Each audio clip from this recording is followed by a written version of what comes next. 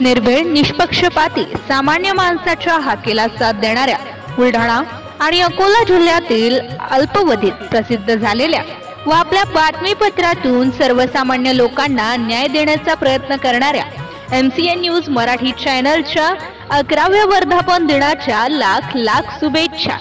शुभेच्छुक श्री गजानन गोविंदराव डाफे, रामापूर, माजी जिल्हा परिषद सदस्य, अकोलखेड सर्कल तथा अकोट तालुका कृषी उत्पन्न बाजार समिती संचालक।